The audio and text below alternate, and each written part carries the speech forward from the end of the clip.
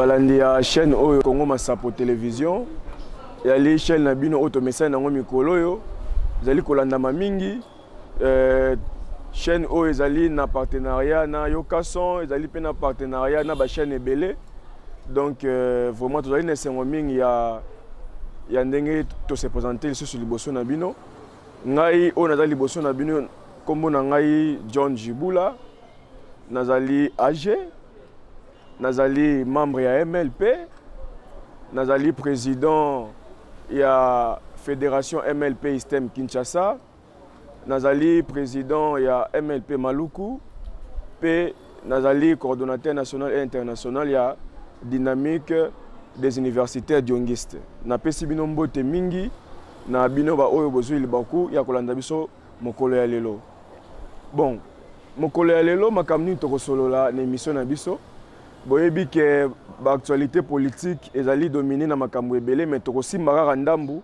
vitan oyo eza moke na media ndenge bapesi biso tokosolola makambo oyo etali kokweyisama ya bureau Janine Mabunda na parlement na sima na yango tokosimba makambo ya union sacrée oyo ezali courant to dynamique oyo mokonzi mboka auti ko initier na batang oyo donc makambo mibale wana nde tokotourne autour na yango mais tokozanga te kolobela pe mwa ndambu organisation ya baétudiant oyo bazali na kati ya parti politique MLP.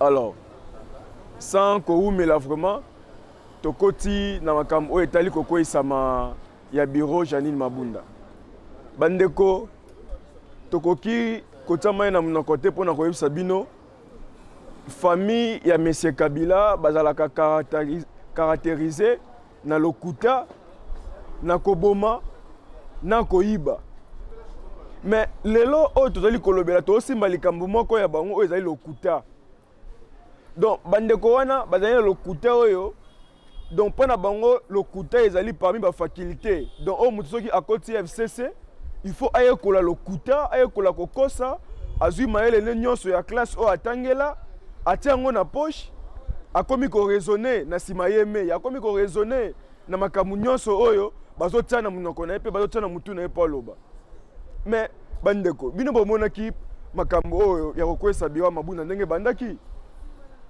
député Puela na bandinga na ye bazwi likanisi ya kosala pétition bareproche na bureau ya Mabunda makambo ebele entre autres incompétence na makambo mosusu oyo boyokaki jour ya pétition wana jour à plénière oyo esalamaki par bureau d'âge composé par les doyens d'âge assisté par les DKD bomonaki makambo ndenge elekaki balakisaki biso vraiment incompétence ya bureau ya Mabunda makambo mosusu oyo balobaki te bino boyebi yango ke Janine Mabunda abandaki koprive bato mosusu parole badepute mosusu banozwa parole te avozwa parole il faut oyebisa ye nanu okoloba nini soko otemi liboso ya hémicycle donc bozomona ke azalaki caractérisé na dictature moko oyo ainstauraki na kati ya Assemblée nationale donc soki olingi ozwa parole il faut oyebisa ye nanu au préalable okoloba nini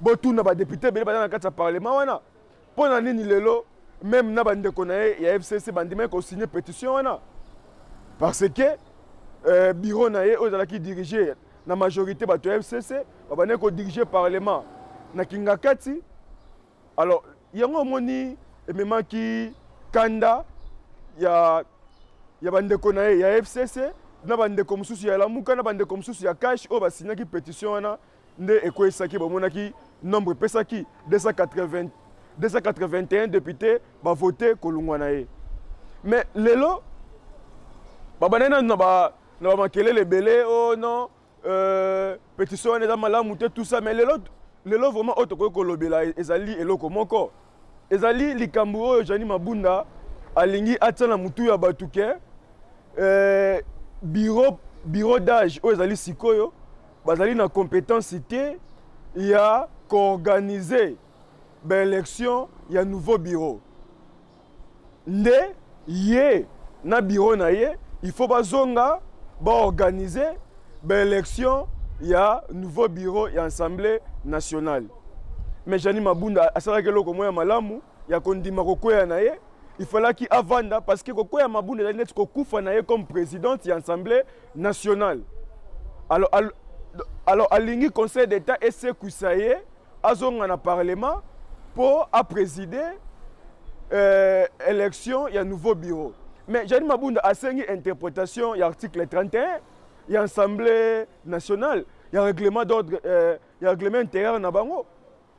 Mais il fallait que Jani Mabunda a une interprétation, il y a l'article 30, on a zotangi la bino sikoyo. Hein? Pour nani na une interprétation, il y a l'article 31. Ata interprétation, on a sengi. D'ailleurs, Conseil d'État, on a yebi, et qu'on interprète toujours dans l'esprit, dans la lettre, n'enge bangomoko, bakomelango, dans l'Assemblée nationale. Mais, tala, place oyo, Conseil d'État a couru pour rappeler requête de Jani Mabunda, oyo, azana posa, azonga, a organisé l'élection, aboya ba candidat, il y a Union Sacrée, andima ba candidat, il y a FCC, ba triquer l'élection, pour bazwa bureau, il y a FCC, et zonga lisusu, na ko gérer l'Assemblée nationale. Idée vraiment, il y a FCC, carte, il y a FCC. Et ça, papa n'a besoin d'un comme doyen d'âge, surtout qui est organisé l'élection, à organiser l'élection crédible, et que ça, le candidat FCC, non seulement, mais FCC, même pas na poste encore. Nous avons Janine, parce que la validation, l'examen, il y a des candidats, invalider les candidats, il y a des députés qui postuler dans la Union Sacrée. Alors, nous avons un article partout dans le monde. Article 30, il y a un règlement intérieur et l'Assemblée nationale. Dans le poteau lobby, sans préjudice des dispositions de l'article 25 du présent règlement intérieur, l'infonction des membres du bureau de l'Assemblée nationale prennent fin en cas de décès, de perte de qualité de député national ou de déchéance par suite d'une pétition. Dis-moi. Et dans le poteau, balobi, quand est-ce que mandat oyo ba pesa ki bureau to membre moko ya bureau ekoki ko suka ezali soki neloko oyo député pour la salaki to voter yango na Assemblée nationale que Janine Mabunda na bureau na ye bakwei bakoki lisusu kozonga te bavanda liboso kuna po ba présider ba séance ata séance pour organiser ba élection ata ba séance mususu eza lokola jour wana babomaki bureau ya Janine Mabunda. Alors mutu soki akufi akoki kosekwa ndenge nini pour aya organiser ba élection ya nouveau bureau. Donc Janine Mabunda alingi koseme confusion boyebi ke mwana mwasi oyo bafundaki pour incompétence. Janine Mabunda approuve bien ba règlement oyo moko a président qui ba règlement oyo moko abane ko faire appliquer na kati Assemblée nationale abane ko maîtriser ngote. Oui, Janine Mabunda est incompétente.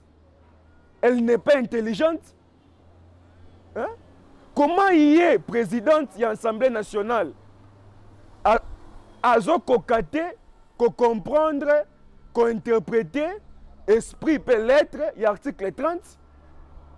Parce que ceux qui comprennent qui article 30, alinga qui a une interprétation de l'article 31, parce que l'article 30 c'est l'objet qui va ici membre moko ya bureau, tout va ici bureau et là qui si ko kufa na bino. Donc c'est-à-dire boza lisusu na eloko ya ko sala te na ba fonction na bino wana oyo ba ko ici libino. Alors yé alinga zonga provisoirement. Est-ce que yé mutu o ba ko ici akoki ko confondre na mutu oyo mutu oyo atleki démission. Parce que confusion na bango ezali place wana. Confusion na bango ezo résider na ndeko Vital Kamerhe n'époque na ye to e bien et famille ya Kabila ba supporter ba vérité na été. Ba yebsa qui a démissionné. Yepé a trouvé qui bon a démissionné. Alors mutu oyo a démissionné na kati ya administration, il faut avant nananu na mwata moko ya mukie a expédié ba faire courant, n'est-ce pas? Yépé na ba prérogative na ye azela kotia yene mutu a organiser kotia ma ya bureau ya sika. Mais Jali Mabunda a démissionné te. Jali Mabunda ba boma qui est jour wana ba destituer. Jali Mabunda ba déchoir ye jour wana. Jali Mabunda a démissionnaire te pour lelo a comme réclamer azonga organiser l'élection. Non, au moins moi na moi si oyo approuver biso kaka na acte oyo auti ko sala na conseil d'état azama l'été moi na moi si oyo abane ko maîtriser ba règlement intérieur et assemblée nationalité parce que comment yo président Mobimba auti ko gérer assemblée nationale oye ba te que ceux qui ba déchoir yo okoki jamais ko zonga pona ko présider ba plénière ozo senga ozonga po présider ba plénière. Donc bana mboka to comprendre que ezaki nga kati nde bato bayebisa ki ye mama kende na conseil d'état azali na souvenir ya mabe akanisa soki bapesa ki ye raison na requête oyo pwela asalaki kala oyo balongisaki biro na ye nde tour oyo mpe bakolongisa ye te tour oyo ezali tema ke Nehemi na Shadari bakweyisi ye eza Nehemi na Shadari bato bakweyisi ye parce que badepute ebele ya FCC oyo bakatisi na union sacré boyoki badéclaration na bango. La déclaration de Zalaki, Kuna FCC Alléluia, Amen. Ce qui a dit le Père, Yangonde et Kozala exécuté dans le niveau nyonso.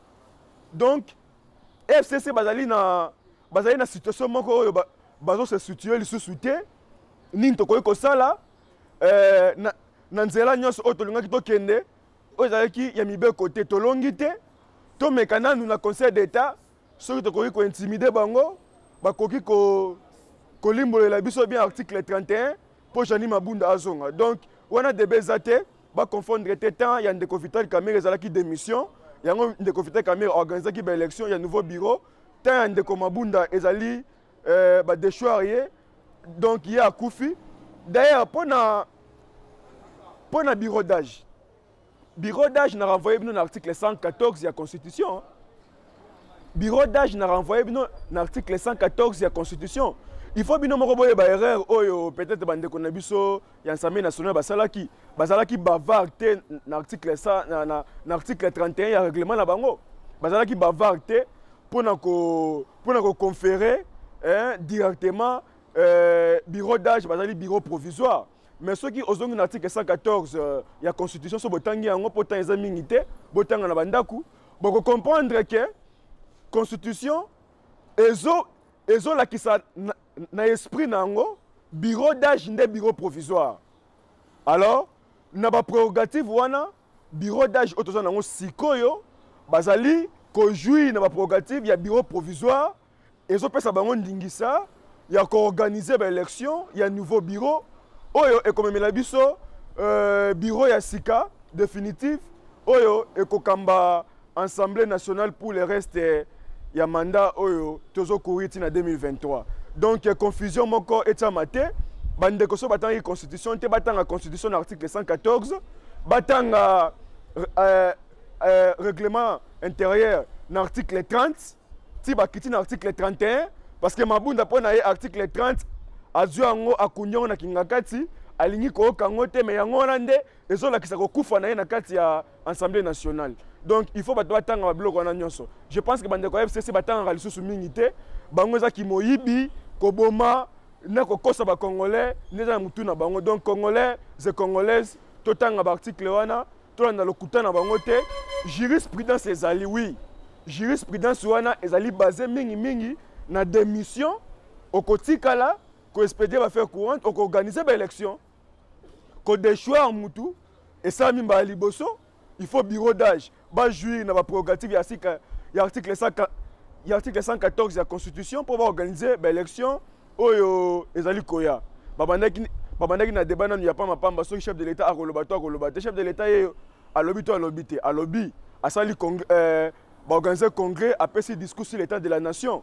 Donc bandeko wana bazana perte de vitesse basolo kolobate bakende congé politique bazela na ba élection il y a nouveau bureau 200 wana oba bazwaki ezotika la 50 ezotika la 50 parce que na minute otolo ba oba te belesi da bakatisi ba sous 200 donc bakotika même 50 kuna la carte parce que 50 wana et que la 50 ya ba oyo ba liambongo ya Kabila ba sina vraiment ba sina ba parti na kati ba livre que yo biso na yo tina liwa nde ba oyo wana bakotika parce que moi je ne vois pas que un député oyo azali na souci ya population na ye atikala ko servir mutu en les place ya au servir population. Bon, mon député, monsieur Obino Bondima quitté. Bah, qu'on jamais recatissa, mais le bacat ici. Parce que pour vous dire qu'il y a 200 euros et Luana, et belé bakokatissa, bon, c'est le résultat, il y a bureau définitif, Boromona, réellement, ce qui FCC Barotikala, combien? Nomination, il y a informateur. Ouais, on a continué directement dans ma solo, il y a Union Sacrée. Est-ce que nomination, il y a informateur et qu'on ça la débat? Vraiment. Qui mouté mamabe, oh, ils allaient comme mata. Nakati ya bandeko na biso ya lamuka kutute Martin Fayulu na Adolphe Muzitu basangani basali coalition na FCC bazali kolobake président de la République a coquille jamais qu'on nomme informateur étant que premier ministre azali en fonction mais il faut nous côté la attribution ya informateur azali formateur te bandeko cause à l'informateur, vous avez une mission mususu au bapesio, cause à la formateur, vous avez une mission mususu au bapesio. Bon, toi qui n'es nzela ya constitution. Si vous avez une constitution, tout le monde a un article quoi? Parce que vous avez un lokuta mingi. Tout le la constitution, l'article 78 et lobby. Le président de la République nomme le premier ministre au sein de la majorité parlementaire. Après consultation de celle-ci, il met fin à ses fonctions sur présentation par celui-ci de la démission du gouvernement. Si une telle majorité n'existe pas, le président de la République confie une mission d'information à une personnalité en vue d'identifier une coalition. La mission d'information est de 30 jours renouvelable une seule fois. Le président de la République nomme les autres membres du gouvernement et met fin à leur fonction sous présentation du Premier ministre. Boye bisangai, bino bande kwa FCC, c'est ce que vous avez la sincérité. Parce que Eben Damokil Mobimba, ordonnance Obanomaka Ilukamba, na exposé des motifs na Obataka Nin, Frozoane Banda Nengenin. Frozoane Banda vit l'accord. Vit l'accord. Donc, Ilunga Banomae, na constitution te, Ilunga Banomae vit l'accord FCC cash. Vu l'accord FCC cash, Nebanoma Pepe Ilunga comme Premier ministre. Donc, le chef de l'État, il faut que la population bon retenir et que la Nembala Liboso, depuis Félix Tshisekedi, a commis le pouvoir à nommer informateur, à mettre en application l'article 78 de la Constitution Nabiso, à violer la Constitution WAP. Même si, à nommer déjà informateur, à quoi il est nommé sous Mbala. Mais na ka otozo loba oyo nanu anoma informateur te. Alors le côté ya FCC et vandaka na constitution to na constitution élaborée par Kingakati par M. Kabila. La constitution est claire. Est-ce que banoma informateur pour détecter que FCC bazali majoritaire na kati ya parlement? Non. Comme réponse ezali non, ezali mbala ya yambo, président de la République annoncé un peu sous le congrès, a nommé informateur ou a détecté majorité parlementaire. Bandeko bako sabinote. Bandeko ya FCC ba désapprouvé makam onga zoloba.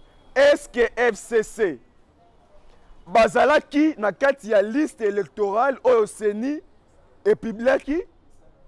Est-ce que cash bazalaki na kati ya liste électorale ya Seni? Non. Ba o bakendaki na mapona miezali AFDC est allié, PPRD est allié, IDPS est allié. Alors, étant donné que Batika n'a jamais posé question, na AFDC est allié, Bozali wapi, Bozali na gauche, to Bozali na droite. Nan basala yango te, yango mbala ya yambo balingi basala yango, bandeko mission ya informateur yango wana. Informateur a été pour asala musala mususu. Ezali mission ya information. Information wana aropesa na mutu oyo a nommé chef de l'État. Informateur aroya na kati ya Assemblée nationale. Abengi si ba oba kendaki mapona mina lobi FCCT, arobeng c'est FCCT. FCC sur le plan juridique n'existe pas. FCC est une plateforme politique. Tu as dit que FCC existait, oui, ils ont existé, mais FCC, ils ont existé politiquement. Ils allaient lingomba, il y a des politiciens, des sangani, bayokani batambola, nasima elisanga wana, mais FCC tende mutu et engagé qui, ba député, na maponami et samaki non. Informateur à quoi retourne FCCT, informateur à quoi retourne AAA, informateur à quoi retourne FDC allié, IDPC allié, INC allié. Alors, et là, on dit qu'il n'y a pas ce batou, il y a FCC, na batou, il y a na ndeko muzito na ndeko faulu bazomona. Chef de l'État a violé la constitution de l'oko nini. Parce que l'article 78 epesami na ye a nommé informateur. Alors informateur a kozala nommé et akoya nde akobengisa batu wana nyonso bino moko bomoni. Kobanga na bango ezalaki nini? Informateur akoya koyeba nde bo solo. Informateur akoya koyeba vérité. Soki bango batikala combien? Soki ba oyo balungwa bazalaka combien? Et mon ani non premier test, la test, il y a élection. Élection est pesami ke na minute oyo, tu na 281 députés oyo bazali d'accord na politique FCCT. 200 de batikali na bango, mais na kati ya 200 wana ba misusu bolandia ndeko Léon Kengo Adondo. Auti ko katisa bandeko ndeko wana oye côté na bosoni komona azabe na ba député belé ala 9 députés autre kokati ça samedi donc besoin mona ke sima ya kokwesa ma bureau ya Jani Mabunda bandeko belé bakatisi siko bino bolinga nommer informateur te na ndenge nini ba ko nommer informateur conformément à l'article 78 pona nous peut ba nommer informateur te. Alors même si informateur a pesi rapport oui chef de l'État était samiete FCC famille à Kabila batikana 50 députés nous sommes bakati ici. Alors il faut président de la République à nommer. Ok bandeko vraiment pour la union sacrée ndenge kaka to tu ko expliquer bino union sacrée elle est courant elle est dynamique donc il faut vraiment bandeko nyonso oyo bamoni bakoki koya ko servir population baya na union sacrée boya te pour na partage ya gâteau boya te pour na partage ya pouvoir to ya nde pour na ko servir population oyo FCC bomi pendant 18 ans oyo FCC ezangisaki bango mai ezangisaki bango courant nde yango wana to ya na union sacrée eza makambo ya batendance na bacoloration politique te union sacrée intérêt ezali moko ezali ko viser l'intérêt général bien-être la population yango wana nde biso nyonso to ya na union sacrée pour aider la population. Alors, l'émission Nabiso Yalelo, ton débino boton n'andenge bolandaki, n'andenge bozalaki belé, vous constatez que le point moussou sur le bel quitté, le point moussou sur le bel était vite temps, ils ont poussé, ils ont qui n'aille les bossons nabino, neko AG John Jibula, Nadali Mukamiya MLP. Système Kinshasa, mokambi ya MLP ya commune Maluku, puis nazali na bandeko na dynamique des universitaires journalistes comme coordinateur national et international. Donc totoni bino botondi, tosengi na bino bo abonné belé na chaîne oyo parce que chaîne oyo e marabatu o balobaka bo solo. Omoni ke makambo belé o boyoki lelo nan boyoka ngote. Nan boyoka ngo vraiment te. Boko kango kaka na chaîne oyo batu nyonso ba yambaka na chaîne oyo ba kana ba vérité. So vous avez bien battu le couteau à la chaîne, sinon vous pouvez déformer masse, vous pouvez déformer la population, l'information et le couteau. Donc, tout le monde s'abonner à la chaîne, vraiment, ça m'a pas